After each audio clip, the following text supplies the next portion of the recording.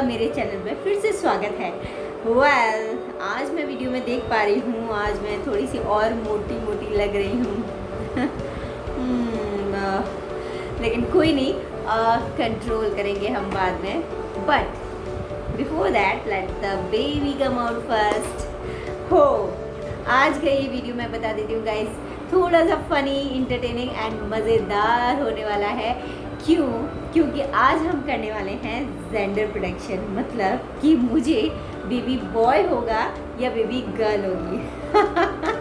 Well this is kind of bullshit guys, क्योंकि हर किसी की body person to person differ करती है, हर किसी की प्रेगनेंसी डिफ़र करती है। इवन चाहे पहले आपको बेबी गर्ल हुई है एंड इस बार भी अगर बेबी गर्ल होती है तो वो भी डिफ़र करती है।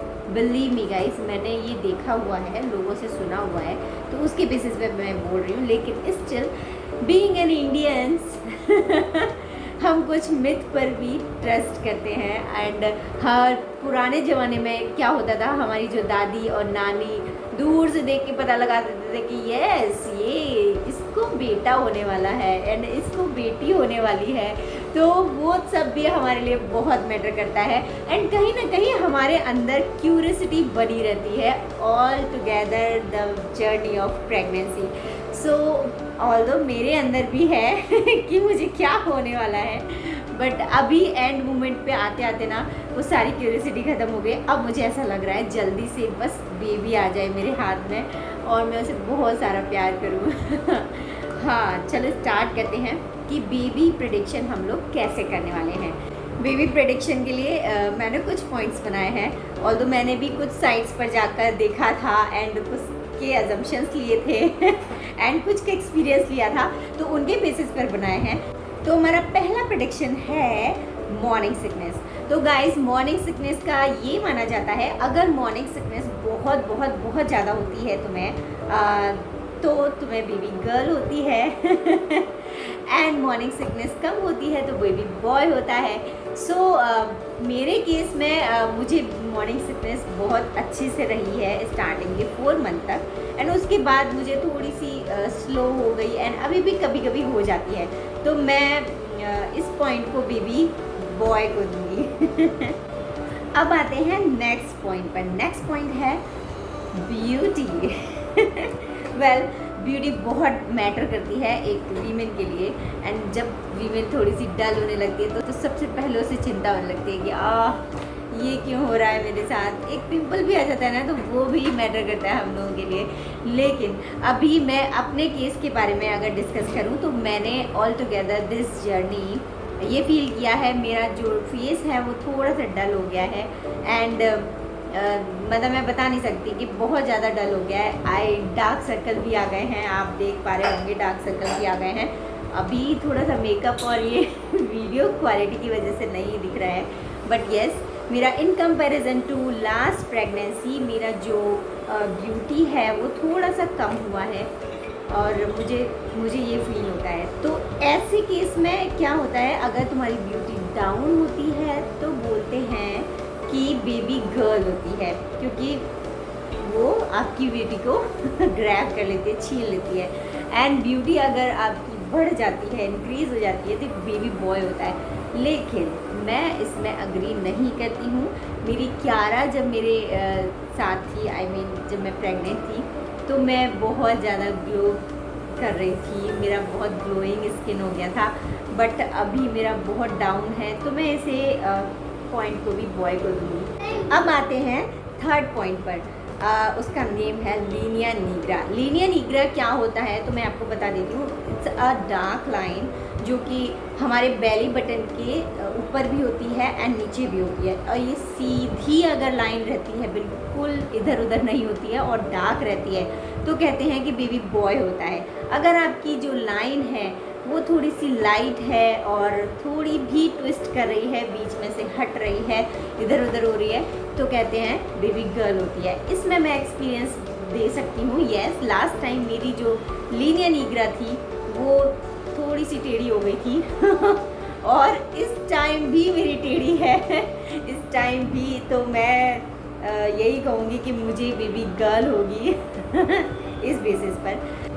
अब आते हैं आपके स्टोमक स्ट्रक्चर पर, मतलब कि आपकी जो बेली का शेप है वो क्या है। बेली का शेप अजम्पशन के अकॉर्डिंग देखा जाए तो अगर आपका स्कैटर्ड है तो बेबी गर्ल होती है, एंड अगर आपका आगे फ्रंट साइडेड है, जैसे कि राउंड शेप में है, फ्रंट साइडेड है, तो बेबी बॉय माना जाता है। कहते हैं कि पीछे से अगर पता नहीं पड़ता है और आगे से पता पड़ता है कि प्रेग्नेंट है दीदी, तो बेबी बॉय होता है। तो इस बार मेरे केस में ये हो रहा है कि मुझे ऐसा लग रहा है कि मेरा जो बेली का शेप है वो थोड़ा सा आगे की तरफ है, ऑल्दो मैं स्कैटर्ड हूँ बट बेबी जो लास्ट टाइम मेरी प्रेगनेंसी थी, जब मेरे क्यारा को कंसीव किया हुआ था, तो मेरा पूरा का पूरा स्कैटर्ड था, पूरा फैला हुआ था। अभी की बार मेरा जो बेली का शेप है वो थोड़ा सा अपसाइडेड है, आगे की फ्रंट लोडेड है,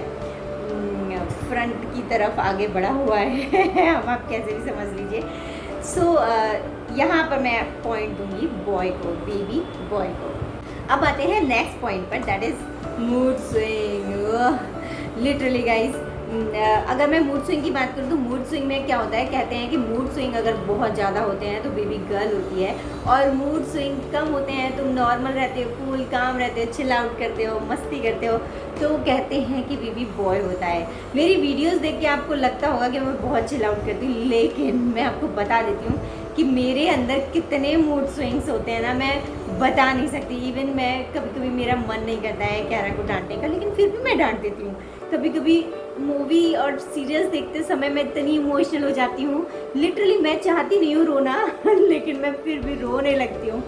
हाँ, ऐसे ऐसे मूड स्विंग होते हैं, मतलब बिना रोने वाली बात पे भी रोना आ जाता है, बिना हंसने वाली बात पे भी हंसी आ जाती है, इस तरीके के मूड स्विंग होते हैं। सो यहाँ पर मैं अपने आप को दूंगी कि मेरे मूड स्विंग बहुत होते हैं, तो मैं बेबी गर्ल को पॉइंट दूंगी। So it's baby girl. And now next point is baby carrying position. मतलब हम लोगों ने अपने बेबी को अपर साइड में कैरी किया हुआ है या लोअर साइड। अगर बेबी अपर साइड में होता है तो कहते हैं कि वो बेबी गर्ल होती है, एंड अगर बेबी लोअर साइड में होता है, थोड़ा सा डाउन साइड में होता है, तो कहते हैं कि वो बेबी बॉय होता है। तो मेरे केस में अगर मैं बात करूं तो मेरी जो जब डॉटर थी, मैं थोड़ा सा अपना एक्सपीरियंस भी इसके साथ ऐड ऑन कर रही हूँ। मेरी क्यारा थी तो उस टाइम पर मैंने बहुत अपर, यहाँ से स्टार्ट होता था मेरा बेली, एंड अभी क्या है, मतलब थोड़ा सा लो है लेकिन अपर ही है, वो मुझे अपर ही लगता है, पता नहीं क्यों। वो बीच में है, तो मैं इसे भी जो पॉइंट दूंगी अपने आप को बेबी गर्ल ही दूंगी, क्योंकि वो वैसा ही है, अपर साइड ही है, लोअर नहीं है। लोअर का मुझे पता पड़ जाता है। Now next point is guys food craving, जो कि बहुत ही बहुत इम्पॉर्टेंट हिस्सा होता है पूरी प्रेगनेंसी का, क्योंकि हम लोग प्रेगनेंसी में यही सब देखते हैं कि हम अब ये खा लेते हैं, वो खा लेते हैं, बेबी हेल्दी रहेगा, हम लोग हेल्दी रहेंगे, हमें कोई न्यूट्रिशन की कमी नहीं होगी। So guys food craving matter करती है। तो अभी मैं आप बता देती हूँ, थोड़ा सा सॉल्टी सा फूड खाने का मन करता है, थोड़ा सा नमकीन एंड खाने का मन करता है, तो कहते हैं कि बेबी बॉय होता है। एंड थोड़ा स्वीट सा खाने का मन करता है, स्वीट एंड सोर, खट्टा मीठा सा, तो कहते हैं कि बेबी गर्ल होती है। तो मेरे केस में मैं बता देती हूँ, मुझे यहाँ पर मैं ज़रूर मेंशन करूँगी, लास्ट टाइम क्यारा के टाइम पर मैंने बहुत स्वीट्स खाए थे, बहुत ज़्यादा चॉकलेट्स वाली क्रेविंग होती थी। तो और इस टाइम पर मुझे पता नहीं क्यों चॉकलेट पसंद ही नहीं आ रही है, मुझे मीठा पसंद ही नहीं आ रहा है, बहुत सॉल्टी एंड बहुत तीखा खाती हूँ। एंड बिलीव मी गाइज, मैं रेड चिली और ग्रीन चिली इतना खाती हूँ ना, मतलब मेरे हस्बैंड नितांत भी कहते हैं तुम्हें मिर्ची नहीं लग रही है, तुम 2-2 3-3 मिर्ची ऐसे खा जाती हो। इस तरीके का नमकीन खाने लगी हूँ मैं, इस तरीके का मिर्चा खाने लगी हूँ। सो ये पॉइंट मेरी तरफ से जाएगा बॉय को। नेक्स्ट पॉइंट पर आते हैं guys, that is weight gain. Weight gain के भी अजम्पशन और मिथ ये है कि अगर आपने वेट गेन बहुत अच्छा खासा किया हुआ है बहुत पूरी बॉडी पर किया हुआ है, that is all over the body I mean, तो आप बेबी गर्ल कैरी किए हुए हैं। एंड अगर आपने वेट को केवल बेली और टमी जो है आपका उस पर लिया हुआ है, तो दैट इज़ बेबी बॉय। तो मैं अपने केस में बता देती हूँ कि 11 के टाइम पर मैंने बहुत बहुत खाया भी था, खा तो अभी भी रही हूँ तो और बहुत मोटी हो गई थी। मैं आपको बता देती हूँ, मैंने 59 केजी पर कंसीव किया था 11 को, एंड पर मैं गई थी 74 केजी। बिलीव ही इतना था। एंड अभी that is it's my 9th month, and अभी जो मेरा वेट है 60 पर मैंने कंसीव किया हुआ था, एंड नाउ इट्स 65.5। सो मतलब बहुत ज़्यादा वेट गेन नहीं किया है, एंड इट्स मतलब ऑल ओवर बॉडी भी नहीं किया है, अगर सही कहूँ तो। ये मैंने थोड़ा सा मतलब बेली के आसपास ही किया है। तो मैं यहाँ पर अपना पॉइंट दूंगी बॉय को, बॉय अब नेक्स्ट पॉइंट है हार्ट बीट। बेबीज़ की हार्ट बीट बहुत फास्ट होती है गाइज। तो जब वो हमें दिखाते हैं ना, मतलब जब अल्ट्रासाउंड होता है या फिर डॉक्टर चेकअप करती है, तो हार्ट बीट कभी सुनी होगी प्रेग्नेंट फीमेल ने, तो लिटरली बहुत फास्ट चलती है। तो यहाँ पर मिथ ये है कि अगर आपकी हार्ट बीट 140 एबव है तो ये बेबी गर्ल मानी जाती है, मतलब कुछ ज़्यादा हार्ट बीट वाली लड़कियाँ होती हैं। एंड अगर आपकी बेबी की हार्ट बीट 140 से बिलो आती है नॉर्मली, तो वो बॉय माना जाता है। तो मैं अपने केस में, मतलब 11 के केस में बिल्कुल सही कहूँगी कि मेरी जो बेबी की हार्ट बीट आती थी वो ज़्यादा ही आती थी। एंड अभी भी यहाँ पर भी मैं बिल्कुल भी मतलब श्योर नहीं हूँ। केवल वन टाइम ऐसा हुआ है जो उसकी हार्ट बीट 140 से बिलो आई है, अदरवाइज एवरी टाइम 140 से अबव ही गई है। तो मैं यहाँ पर अपने केस में जो पॉइंट दूंगी वो दूंगी बेबी गर्ल को। Now next point is placenta position. Placenta क्या होता है? प्लेसेंटा एक्चुअली होता है जिससे कि बेबी जुड़ा होता है, वो चीज़ होती है।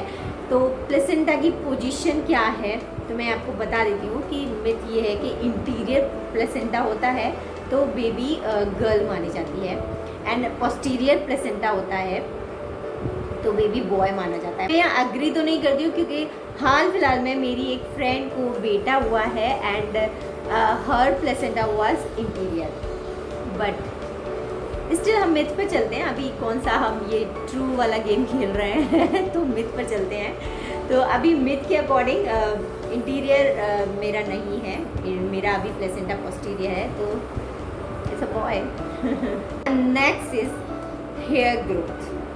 हेयर ग्रोथ के बारे में मिथ है कि अगर आपके हेयर फॉल होता है एंड हेयर्स ख़राब हो रहे हैं, थोड़े रफ हो रहे हैं, तो it's a baby girl. And अगर इसका अपोजिट है, अगर आपके हेयर बहुत स्मूथ हो गए हैं, शाइनी हो गए हैं, और मतलब फ्लेयरी हो गए हैं, एंड बहुत ज़्यादा स्ट्रॉन्ग हो गए हैं, एंड हेयर ग्रोथ भी अच्छी होगी, तो कहते हैं कि it's a baby boy.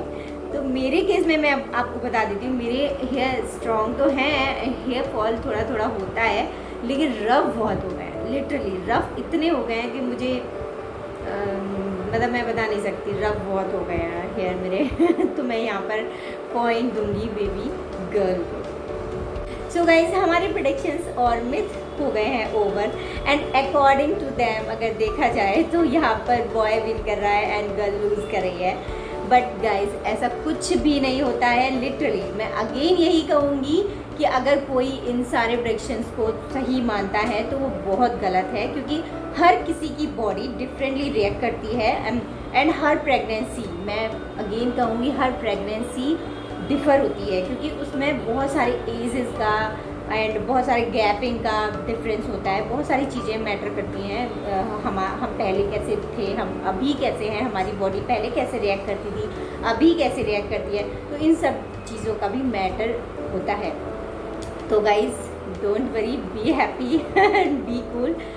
And मैं मतलब बी कूल लग रही हूँ आपको, लेकिन अभी मेरा 9th मंथ है, तो मुझे बहुत सारी थोड़ी थोड़ी तकलीफ़ें स्टार्ट हो गई हैं, लेकिन कोई नहीं, सब कुछ सही हो जाएगा जब बेबी बाहर आ जाएगा।